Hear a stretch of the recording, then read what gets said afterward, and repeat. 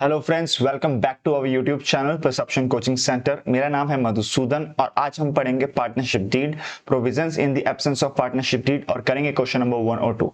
But इससे पहले अगर आपने लास्ट वीडियो नहीं देखी है तो प्लीज वीडियो को यहीं पे पॉज करके पहले लास्ट वीडियो देख लीजिए ताकि आपको पार्टनरशिप की डेफिनेशंस और उसके फीचर्स अच्छे से समझ में आ जाएं। तो चलिए स्टार्ट करते हैं पार्टनरशिप डीड के साथ, जहां पर कि कह रहा है partnership is a result of an agreement.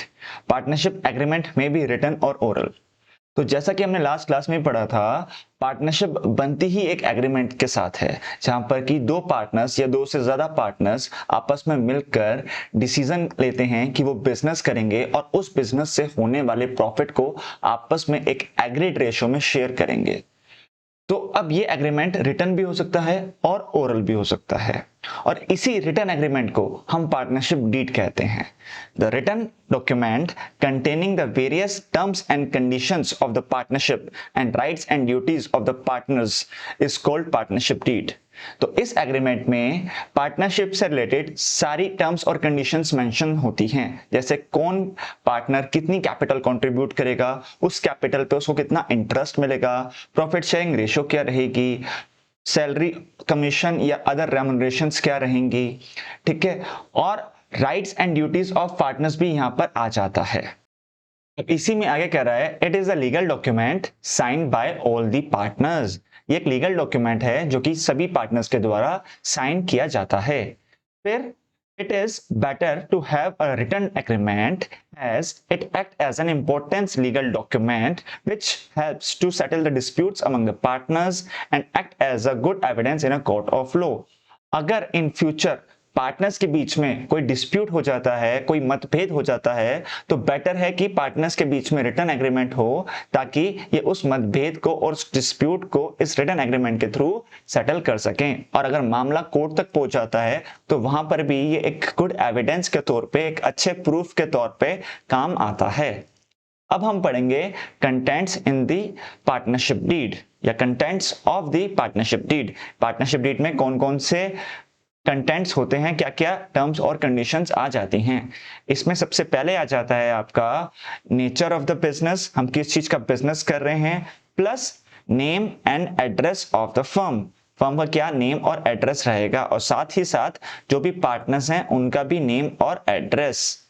उसके बाद बोल रहा है कि आपने बिजनेस कब स्टार्ट किया था, उसकी डेट यहां पर आ जाएगी। और उसके बाद कहता है जो कि सबसे इंपॉर्टेंट चीज है, वो है हमारा ratio of division of profit and loss among the partners. इसको हम पीएसआर भी कहते हैं, प्रॉफिट शेयरिंग रेशियो, कि किस रेशियो में हम प्रॉफिट और लॉस को आपस में शेयर करेंगे।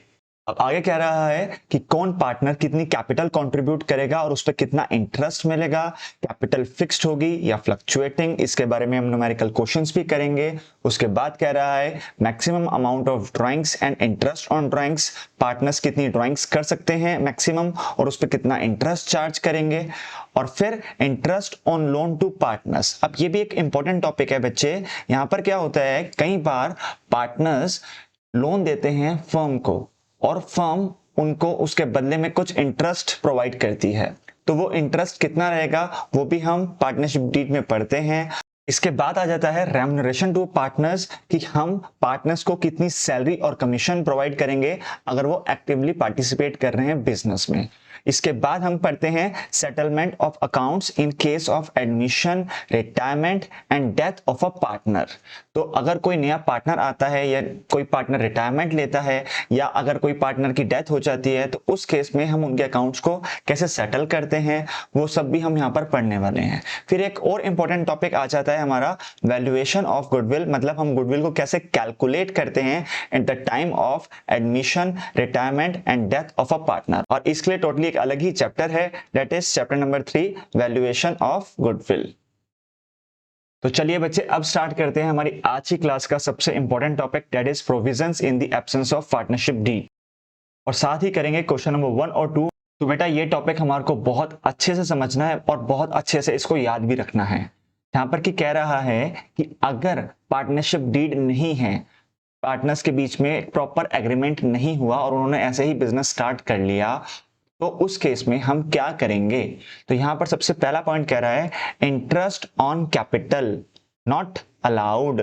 मतलब अगर पार्टनर्स के बीच में एक प्रॉपर पार्टनरशिप डीड नहीं है, एक कोई भी एग्रीमेंट नहीं है, तो उस केस में इंटरेस्ट ऑन कैपिटल पार्टनर्स को अलाउ नहीं करेंगे, उनको कोई भी इंटरेस्ट नहीं मिलेगा, भले ही उन्होंने जितना मर्जी पैसा बिजनेस में लगाया हो। और उसके बाद कह रहा है सैलरी और commission that is remuneration is not allowed, और सैलरी और कमीशन भी हम पार्टनर को प्रोवाइड नहीं करेंगे अगर उन्होंने पार्टनरशिप डीड नहीं बनाई है। तो इसी में आगे कह रहा है interest on drawing is not charge, मतलब अगर पार्टनर ड्राइंग करता है तो उस पर भी कोई इंटरेस्ट पार्टनर्स को चार्ज नहीं किया जाएगा।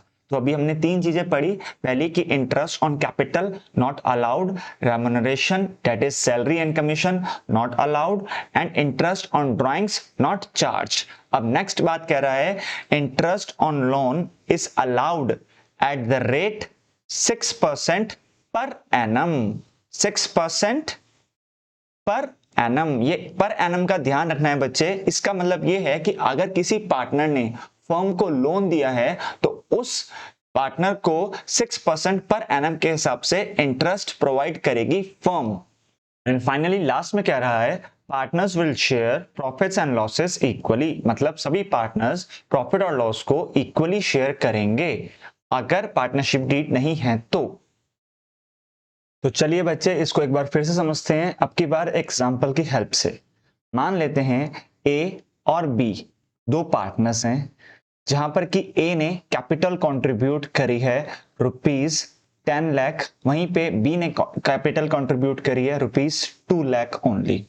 साथ ही साथ जो वर्क कर रहा है, जो काम कर रहा है, वो सिर्फ बी कर रहा है, ए कोई काम नहीं कर रहा। मतलब अगर हम वर्किंग पार्टनर की बात करें तो वो सिर्फ बी है, ए कोई काम बिजनेस में नहीं कर रहा। उसके साथ साथ इन दोनों की पार्टनर्स की ड्राइंग्स भी हैं जो कि गिवन है ₹2 लाख ईच, दोनों की ड्राइंग्स 2-2 लाख रुपए है। अब मान लेते हैं बिजनेस चल ही रहा था कि साल के बीच में फर्म को कुछ पैसों की नीड पड़ी, वहीं में बी ने अपने घर से कुछ पैसे लाकर दे दिए जो कि थे 1 लाख रुपए, ठीक है, एज अ लोन। अब आगे अगर हम बात करें तो प्रॉफिट हम मान लेते हैं पूरे साल भर में इन्होंने जो प्रॉफिट कमाया दोनों पार्टनर्स ने मिलकर वो कमाया 5 लाख रुपए। तो अब जब प्रॉफिट निकल के आया तो इन दोनों पार्टनर्स में इस प्रॉफिट को डिवाइड करने के केस में कुछ डिस्प्यूट्स हो गए कि कैसे कैसे हम इस प्रॉफिट को डिवाइड कर सकते हैं। ए ने बोला कि मैंने ज्यादा पैसा इन्वेस्ट किया है तो मैं ज्यादा प्रॉफिट लूंगा, वहीं पे बी ने बोला भाई तू तो काम नहीं करता, काम तो सिर्फ मैं ही करता हूं तो मैं ज्यादा पैसे लूंगा। अब ये केस कोर्ट में पहुंच गया। अब वहां पर जज क्या डिसाइड करेगा, या ये केस अगर मान लेते हैं आपके पास आया तो आप इनकी सुलह कैसे करवाएंगे। उस केस में सबसे पहली चीज आ जाती है इंटरेस्ट ऑन कैपिटल। तो यहां पर आप ए और बी दो पार्टनर्स हैं, इनको कोई इंटरेस्ट ऑन कैपिटल नहीं देंगे, भले ही ए ने ज्यादा पैसा लगाया और बी ने कम पैसा लगाया। वहीं पे अगर हम बात करें सैलरी की तो सैलरी भी किसी पार्टनर को नहीं मिलेगी। हालांकि बी पूरे टाइम काम कर रहा था और ए ने काम नहीं किया, बट उसके बावजूद बी को हम कोई सैलरी प्रोवाइड नहीं करेंगे। अब आ जाते हैं ड्राइंग्स पे। तो यहाँ पर ए ने बोला कि भाई बी को कि आपने तो 2 लाख रुपए इन्वेस्ट करे हैं और 2 लाख रुपए ही आपने निकाल लिए, तो आपको इस 2 लाख रुपए जो आपने निकाल लिए उस पर इंटरेस्ट चार्ज होना चाहिए। तो यहाँ पर इंटरेस्ट ऑन ड्राइंग्स ए और बी हम दोनों पे ही चार्ज नहीं करेंगे बेटा। भले ही बी ने जितना पैसा लगाया सारा का सारा पैसा निकाल लिया, बट स्टिल हम यहाँ पर कोई भी इंटरेस्ट ऑन ड्राइंग्स चार्ज नहीं करेंगे। उसके बाद आ जाता है लोन जो कि दिया है फर्म को बी ने। अब यहाँ पर इंटरेस्ट मिलेगा बी को, इंटरेस्ट ऑन लोन, और वो कितना मिलेगा 6% पर एनम के हिसाब से। मतलब पर एनम का मतलब ये है कि अगर 6 मंथ्स के लिए इसने लोन दिया है तो 6 मंथ्स के हिसाब से लोन पे इंटरेस्ट मिलेगा। अगर इसने 9 या 10 मंथ्स के लिए लोन दिया है तो 9 या 10 मंथ्स के हिसाब से ही इसको लोन पे इंटरेस्ट मिलेगा। और ये इंटरेस्ट देने के बाद जितना भी पैसा बच जाता है इस 5 लाख रुपीस में से, इस प्रॉफिट में से, वो सारा का सारा प्रॉफिट इक्वली हम क्या कर देंगे, डिस्ट्रीब्यूट कर देंगे among the partners.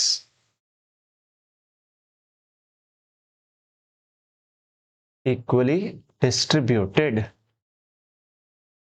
I hope students अब आपको ये टॉपिक अच्छे से समझ में आया होगा। ये हमारे पार्टनरशिप का one of the most important topic है और हर साल इसमें से क्वेश्चंस आते ही आते हैं। तो चलिए बच्चे अब क्वेश्चन नंबर 1 पे आ जाते हैं, जहां पर भी हमारे से पूछ रहा है in the absence of partnership deed what are the rules relating to salary of partners. अगर पार्टनरशिप डीड नहीं है तो पार्टनर्स को कितनी सैलरी पे करेंगे। तो यहां पर आ जाएगा salary to partner is not allowed. अगर पार्टनरशिप डीड नहीं है तो कोई सैलरी या कमीशन हम पे नहीं करते हैं। उसके बाद आ जाता है इंटरेस्ट ऑन पार्टनर्स कैपिटल। तो यहां पर भी आ जाएगा interest on partner capital is not allowed. अगर पार्टनरशिप डीड नहीं है तो हम इंटरेस्ट ऑन पार्टनर्स कैपिटल भी प्रोवाइड नहीं करते हैं। फिर आ जाता है interest on loan by partners. तो ये लोन बाय पार्टनर्स है, तो इस पे हम कितना इंटरेस्ट देते हैं, हम इस पे इंटरेस्ट देते हैं 6% पर एनम के हिसाब से। हमें पर एनम का ध्यान रखना है हमेशा, क्योंकि जितने टाइम पीरियड के लिए पार्टनर ने लोन दिया है उतने टाइम पीरियड के लिए ही उसको वहां पर हम इंटरेस्ट पे करेंगे। फिर आ जाता है डिवीजन ऑफ प्रॉफिट। तो हम प्रॉफिट को कैसे डिवाइड करते हैं, प्रॉफिट और लॉस को हम इक्वली डिस्ट्रीब्यूट कर देते हैं अमंग दी पार्टनर्स, अगर प्रॉफिट शेयरिंग रेशियो नहीं होता है तो। फिर आ जाता है इंटरेस्ट ऑन पार्टनर्स ड्राइंग्स, और यहां पे हम कोई ड्राइंग्स पे इंटरेस्ट चार्ज नहीं करते, नॉट चार्ज्ड। अब लास्ट पार्ट पे आ जाते हैं और यहां पर कह रहा है interest on loan given to partners. मतलब पार्टनर्स ने फर्म से लोन लिया है। देखो सी पॉइंट में क्या था, पार्टनर्स ने फर्म को लोन दिया था। अब यहां पर क्या हो रहा है, पार्टनर्स ने फर्म से लोन लिया है, तो इसको भी हम ड्राइंग्स की तरह ही ट्रीट करते हैं, ट्रीटेड एज ड्राइंग्स। और अगेन जैसे कि ड्राइंग्स पे कोई इंटरेस्ट चार्ज नहीं होता, तो यहां पर interest on loan given to partners पे भी कोई इंटरेस्ट चार्ज नहीं होगा। आई होप ये आपको समझ में आया है। नेक्स्ट क्वेश्चन पे आते हैं बेटा। Mahesh, Ramesh and Suresh are partners in a firm. They do not have a partnership deed. At the end of first year of the business, they faced the following problems. First कह रहा है Mahesh want that the interest on capital should be allowed to the partners, but Ramesh and Suresh do not agree. तो यहां पर महेश कह रहा है कि इंटरेस्ट ऑन कैपिटल मिलना चाहिए पार्टनर्स को, और रमेश और सुरेश इससे एग्री नहीं हो रहे हैं। तो अब आप बताइए कि यहां पर इंटरेस्ट ऑन कैपिटल देंगे या नहीं देंगे। अब क्योंकि इनकी पार्टनरशिप डीड नहीं है, they do not have a partnership deed, तो यहां पर हम इंटरेस्ट ऑन कैपिटल, आईओसी में शॉर्ट में लिख रहा हूं, इंटरेस्ट ऑन कैपिटल हम अलाउ नहीं करेंगे, नॉट अलाउड। तो यहां पर जो रमेश और सुरेश हैं ये दोनों सही हैं, यहां पर इंटरेस्ट ऑन कैपिटल नहीं देंगे। उसके बाद कह रहा है Ramesh wants that the partner should be allowed to draw salary, but Mahesh and Suresh do not agree. अब यहां पर रमेश चाहता है कि उसको सैलरी मिले, हो सकता है उसने काम किया होगा तो चाहता है उसको सैलरी मिले, बट महेश और सुरेश एग्री नहीं कर रहे हैं। तो क्या हम इनको सैलरी देंगे, नहीं, हम इनको सैलरी नहीं देंगे। सैलरी और इवन अगर कमीशन लिखा होता तो भी salary and commission not allowed. अगर पार्टनरशिप डीड नहीं है तो इंटरेस्ट ऑन कैपिटल, सैलरी और कमीशन तीनों चीजें हम अलाउ नहीं करते। उसके बाद आ रहा है महेश और Ramesh wants that Suresh should pay interest on loan given to him by the firm. मतलब फर्म ने लोन दिया है सुरेश को, तो महेश और रमेश चाहते हैं कि सुरेश पे करे इंटरेस्ट ऑन लोन। क्या सुरेश इंटरेस्ट ऑन लोन पे करेगा? Is he is liable to pay interest on loan? No, he is not liable, क्योंकि हम इसको ड्राइंग्स की तरह कंसीडर करते हैं, तो यहां पर उससे कोई इंटरेस्ट चार्ज नहीं किया जाएगा। तो interest on loan will not be charged. अब अगेन बेटा एक चीज हमारे को समझनी है, एक केस में होता है कि पार्टनर लोन दे रहा है और एक केस में है पार्टनर लोन ले रहा है। तो पार्टनर अगर लोन दे रहा है फर्म को तो उस पे उसको इंटरेस्ट मिलेगा 6% पर एनम के हिसाब से, बट अगर पार्टनर लोन ले रहा है तो उसको कोई इंटरेस्ट पे नहीं करना अगर पार्टनरशिप डीड नहीं है तो। अगर डिसाइडेड है पार्टनरशिप डीड में कि इंटरेस्ट ऑन लोन देना पड़ेगा या लेना पड़ेगा और जो भी रेट डिसाइड होगा फिर तो वैसे ही करेंगे, बट अगर पार्टनरशिप डीड नहीं है तो ये रूल्स हमारे को फॉलो करने पड़ेंगे।